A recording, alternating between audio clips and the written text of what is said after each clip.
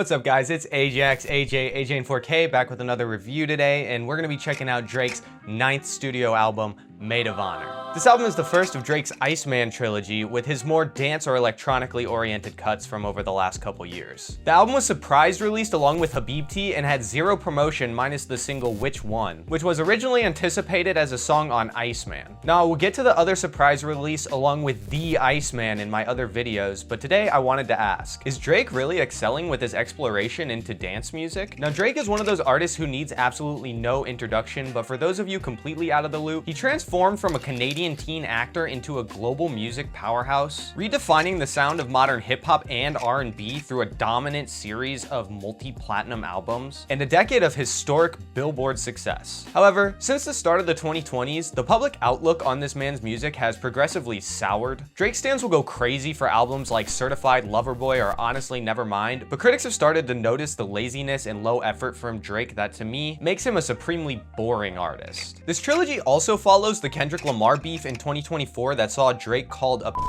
and publicly humiliated at Kia Forum, and all that Drake could really do to defend himself was throw some low-effort diss tracks and some AI slop back at Kendrick. But I think that whole beef is more of a story for the next album in this trilogy. Drake's previous foray into dance music, 2022's Honestly Nevermind, hit lukewarm at best with critics, and had taken time to grow on his fans. During this time, Drake was being clowned online for choosing to take this jump, and I can't deny that I was one of those people. I mean, it's so easy to make fun of him for sidestepping rap with incidents like the story of Adidon in his past. However, I want to say that I think MAID of HONOUR will tell a different story than his previous attempts. The album starts off with Ho Phase, a song that instrumentally has a slow build into a bouncy club dance beat and some cool industrial drum touches at the bridge. Although I'm not a fan of the intro voicemail section, this background vocal sample at the beginning sounds kinda interesting. However, this is one of those songs where I really just can't get over Drake's singing and vocals. He first sings like it's coming through his damn nose, and then raps like he's the most annoying person in the club. Lyrics are also typical surface level Drake, talking about sex and being cool and all that jazz, if that wasn't obvious by the title. This has an okay transition into Road Trips, which starts super atmospheric and almost rubbery, breaking into some glitchy synths and very bouncy drums. However, this song again has that same nose type delivery from Drake, although I like Stunna Sandy's little refrains and Drake's auto-tune section around the 2/3 mark. The Tizo touchdown chants at the end in response to Drake are kinda corny, but I also can't lie, I do like them here. Lyrically, it's about hanging out with chicks, being cool and doing drugs, what's new. The next song up, Outside Tweaking, is a complete switch up, but I really like the eerie vocal sample repeating in the back at the beginning, and the beat switches are well done from clubby to atmospheric back to high tempo dance, although the song does take a bit too long to end. And I think Stunna Sandy kills it here again, with Drake sounding less annoying than the previous two songs in my opinion, as his delivery is more flat than nasally. The lyrics are obvious by the title. We then have another weird transition into Cheetah Print, which again has some incredibly bassy and rubbery drums, as well as some fun sound effects and snares or hi-hats sounding like a modern MC Hammer song. I do think again the instrumental switches between sections are well done here, but Drake's chorus about slapping that ass till it's cheetah print is pinnacle Drake being weird on tracks. Although again he shows up with a little flatter delivery that is tolerable at the beginning, I truly find Sexy Red's part here unappealing and annoying, as well as Drake's Megatron vocals at points. Next up we have the only song teased from this project,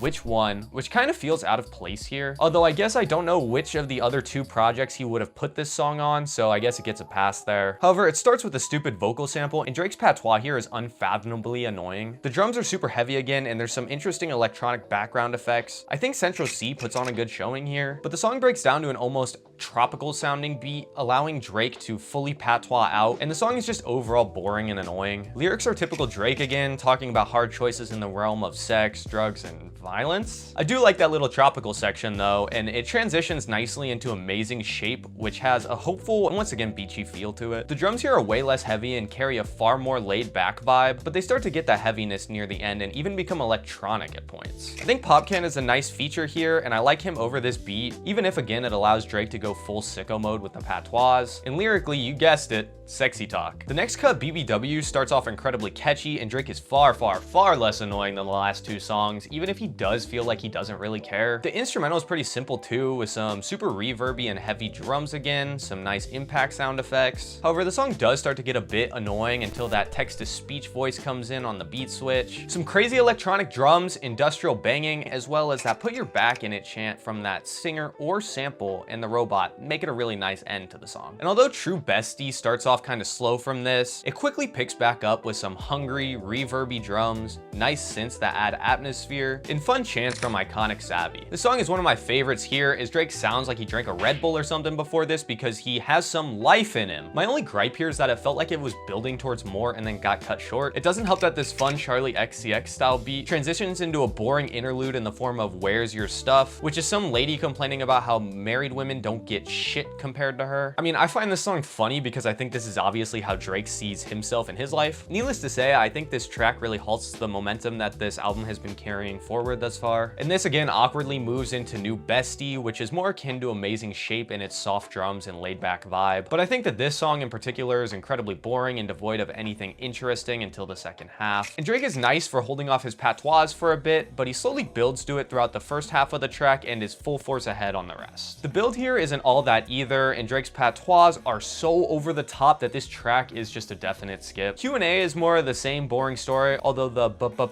vocal sample is kind of fun to me. At least the patois is an insight here, although Drake sounds like he couldn't give less of a shit to be dropping this song. Also, that "why do you save so many shots of your screen, are you a goalie" line is really funny here because it demonstrates the man's corniness that comes across in so many of the tracks. The next song up is Stuck, which is my definite favorite from the track list. It sounds like a muffled Michael Jackson song, but in a good way, spacey, atmospheric, and danceable. And although I think Drake's vocal delivery checks those nasally and annoying boxes again, I love the samples here, and especially the breakdown at the end of the song, even if the bass instrumental is rather standard and too laid back for my taste. This is one of the few times I can ignore the man's annoying vocal deliveries and actually declare a song a good cut, and I think that the album would have been best suited ending itself right here. However, we have a couple tracks left, and the next one up is Goose and Juice. By this point in the album, a lot of the same deliveries, vibes, progressions, and sounds are reappearing over and over, and this unfortunately makes more laid back cuts like Goose and Juice sound redundant. I mean, in my opinion, this song is just way too long. It should have been removed entirely. And again, it's not like any of the lyrics here need to be included on the project. It's just sex, money, women talk, and what's new. And then we finally get to the closer, Princess, which is so out of place it was almost unbelievable to me at first. Don't get me wrong, I actually really like the distorted guitars here. It's almost metalish. It's also unlike anything else on this album, which is interesting, but not great for a closer that's supposed to tie everything together, in my opinion. It does break into a more reverby and laid back cut, with Drake's delivery progressively getting more annoying and eventually slowing to the stopping point. But again, this song doesn't need to exist here, especially with the same lyrical content available elsewhere across this project. So after all of this criticism from me as well as the general public, you might be asking yourself why I said that I think this album is a different story than Honestly Nevermind. And that's because this is the best album that Drake has put out since the start of this decade, in my opinion. Albums like Certified Lover Boy and For All the Dogs were supremely low effort and uninteresting to me. I found Drake's genre forays with the Honestly Nevermind and Party Next Door collab projects being my least favorite of his works to date. I also have never been much of a Drake fan myself, although I respect him for his cultural impact and revolutionary albums like Take Care and If You're Reading This It's Too Late. To me, for the longest time, Drake has been someone that has seemed unwilling to make music with any sort of passion or conviction or change that would make it interesting to a wider audience. However, I do want to say that I think Drake pushed himself out of his comfort zone with some of these instrumental choices here, many of which I found to be legitimately interesting and catchy enough to try out in my own rotation. And regardless of how annoying I found his patois or imitations, I gotta give him credit that he did seem to fully lean into it for the sake of the sound that he envisioned here. I also feel in my heart of hearts that the prevalence of beat switches here is a result of unfinished ideas and lazy songwriting, but I've chosen to ignore that bias because a lot of these switches were pulled off very successfully. With Drake, some skips are always imminent on a project, and this one has its fair share, especially with the overabundance of generic Drake bars 101 about sex, drugs, money, and all the likes. But even if he still did not manage to put together a fully cohesive album, nor avoid portraying himself as an asshole, he at least changes things up with an intriguing sound that has not been able to leave my head for the last few days. And hey, I could have sworn I even caught a little bit of effort from the man here. For all of these reasons, I'm gonna have to give the album a 45%, a C+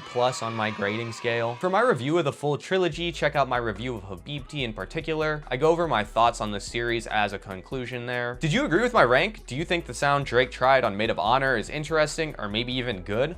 Let me know in the comments. If you're looking for my thoughts on the other 2 albums in this trilogy, don't worry, you can find them on my channel page or at the playlist linked in the description. Please check out the art I've been doing. The link to my Instagram portfolio is in the description, and I have a couple art showcase shorts as well as full-length explanations on my channel here. The last song I made is also in the description, so please feel free to check it out. Finally, please check out my last review of Ye's Bully, or my top 5 albums of last year. I put a shit ton of work into those videos and I would greatly appreciate it. And until next time, be easy.